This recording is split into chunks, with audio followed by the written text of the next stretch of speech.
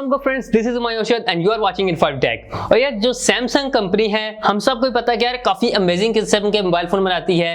कई लेवल के mobile phone होते हैं जो आईफोन वगैरह के साथ कंपीट करती है, मतलब जो आप लोगों को एस सीरीज देखने को मिलती है या नोट सीरीज देखने को मिलती है। लेकिन पिछले काफी टाइम से सैमसंग अपनी ए सीरीज के अंदर एक्टिव हुई है और काफी सारे mid range mobile phone provide कर रही है कंपनी। लेकिन इश्यू ये आ रहा है कि भाई जो भी मिड रेंज मोबाइल फोन आ रहे हैं उनमें से 10 में से 8 मोबाइल फोन तो तकरीबन एक किस्म के बेकार ही निकाल रही है। मतलब वैल्यू फॉर मनी डिवाइसेस नहीं है, जो स्पेक्स देखने को मिलते हैं उतनी प्राइस को जस्टिफाई नहीं करते। यूरोपियन मार्केट में भी रिसेंटली लॉन्च हुआ है सैमसंग का A41 मोबाइल फोन, जहां पे स्पेक्स आगे चल के हम डिस्कस करते हैं कैसे आपको देखने को मिलते हैं। ये भी डिस्कस करेंगे क्या ये वैल्यू फॉर मनी डिवाइस है और क्या आप लोगों को पाकिस्तान में रहते हुए इस मोबाइल फोन का इंतजार करना चाहिए इसे परचेज करने के लिए या किसी और मोबाइल फोन की तरफ निकल जाए। So without wasting any time सबसे पहले यहाँ पे बात कर लेते हैं इसके डिस्प्ले की। तो भाई 6.1 इंचेस का एक सुपर एम्बुलेट डिस्प्ले आप लोगों को देखने को मिल जाएगा जो कि 431 ppi डेंसिटी के साथ आएगा, जिसके अंदर आप लोगों को लुकिंग तो भाई बहुत अच्छी देखने को मिलेगी।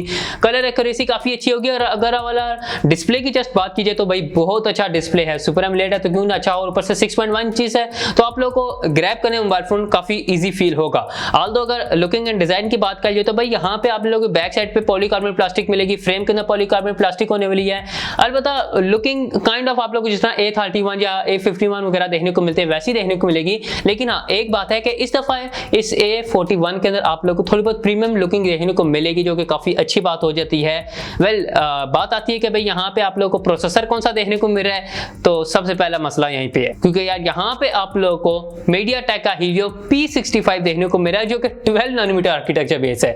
मतलब सीरियसली सैमसंग अभी तक आप लोग तकरीबन 45,000 की प्राइस सेगमेंट में जो मोबाइल फोन लॉन्च होगा उसके अंदर भी P65 प्रोसेसर दे रहे हो। यार अजीब सी बात हो जाती है। जहां बाकी ब्रांड रेडमी वगैरह की बात कर लो, रियलमी बात कर लो, मतलब रेडमी आप लोग को स्नैपड्रैगन 720G प्रोसेसर प्रोवाइड कर रहा है 8 नैनोमीटर का, लेकिन इसके साथ देखो तो भाई पता नहीं सैमसंग यहाँ पे क्या करना चाह रही है। और बिल्कुल भी वैल्यू फॉर मनी प्रोसेसर नहीं होने वाला, क्योंकि अगर आप लोग भाई सोच रहे हैं कि गेमिंग के लिए इस मोबाइल फोन को यूज करना है तो परफॉर्मेंस आपको अपनी प्राइस के लिहाज से अच्छी नहीं देखने को मिलेगी। तो पहला तो डाउनग्रेड पॉइंट यहीं पे आ जाता है। अगर आगे बढ़ के बात कर ले भाई इसके कैमरा डिपार्टमेंट की, तो बैक साइड पे एक ट्रिपल कैमरा सेटअप मिल रहा है, not a quad camera setup, just triple camera setup है। ये एक और अजीब सी यहाँ पे बात कर दी गई है।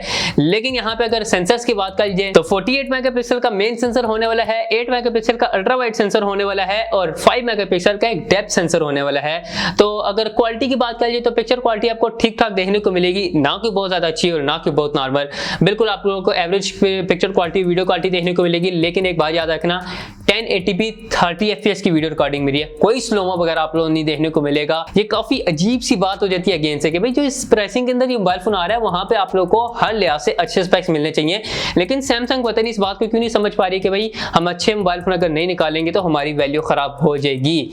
1080p 30 fps। अगर फ्रंट कैमरा की बात करिए तो भाई यहाँ पे आप लोगों को एक यू शेप कैमरा सेटअप मिल रहा है। एक और नेगेटिव पॉइंट, इस प्राइस सेगमेंट के अंदर आप लोगों को पंच होल कैमरा सिस्टम मिलते हैं, even dual punch hole camera system मिलना शुरू हो चुके हैं। और सैमसंग अगेन से आप लोगों को एक यू शेप कैमरा प्रोवाइड कर रहा है, हालांकि सैमसंग ही बाकी ब्रांड्स को punch hole camera system provide करता है। खुद सैमसंग अपने डिस्प्ले बनाता है लेकिन मोबाइल फोन के लिए यूज नहीं कर रहा, दूसरों को खिला रहा है लेकिन खुद कुछ भी नहीं कर रहा। यहाँ पे 25 मेगापिक्सल का कैमरा सेटअप है जिसकी पिक्चर क्वालिटी आपको देखने को अच्छी मिल जाएगी। लेकिन यहाँ पे भी आप लोग को जस्ट 1080p 30 fps की वीडियो रिकॉर्डिंग देखने को मिलेगी, जबकि बाकी ब्रांड्स आप लोग को फ्रंट कैमरे में भी स्लोमो वीडियो प्रोवाइड करते हैं। तो कैमरा डिपार्टमेंट के लिहाज से, जस्ट पिक्चर क्वालिटी के लिहाज से ठीक है, लेकिन एक्स्ट्रा फीचर्स की बात कर जाए तो अच्छा नहीं है। अलबत्ता यहीं पे आप लोग को 3.5mm ऑडियो जैक देखने को मिलेगा, NFC देखने को मिलेगा। हाँ, इंफ्रारेड आपको नहीं देखने को मिलेगी। लेकिन अगर बैटरी कंपार्टमेंट की बात कर जाए तो भाई यहाँ पे आप लोगों को जस्ट 3500 mAh की बैटरी मिल रही है।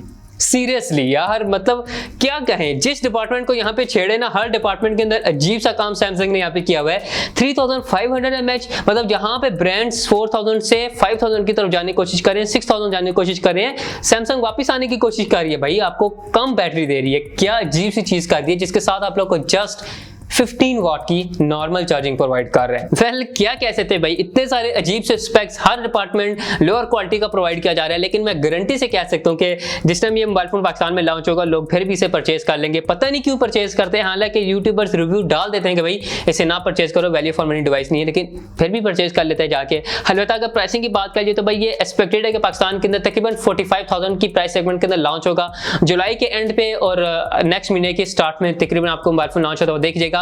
लेकिन अगर आप लोग इस मोबाइल फोन का इंतजार कर रहे हैं तो भाई बिल्कुल भी इंतजार ना करो, किसी और डिवाइस की तरफ निकल जाओ, काफी अच्छे स्पेक्स मिलेंगे।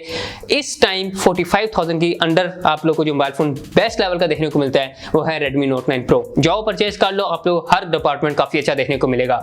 तो सैमसंग काफी टाइम से नाराज कर रहा है अपनी बजट रेंज के अंदर। वेल देखते हैं आगे चल के सैमसंग क्या कर लेता है। आपकी क्या थॉट्स हैं मोबाइल फोन को लेकर कमेंट सेक्शन में जाकर बता सकते हैं। वीडियो को लाइक कर सकते हैं। मैं मिलता हूं फिर आप लोगों ने तब तक के लिए अल्लाह हाफिज़।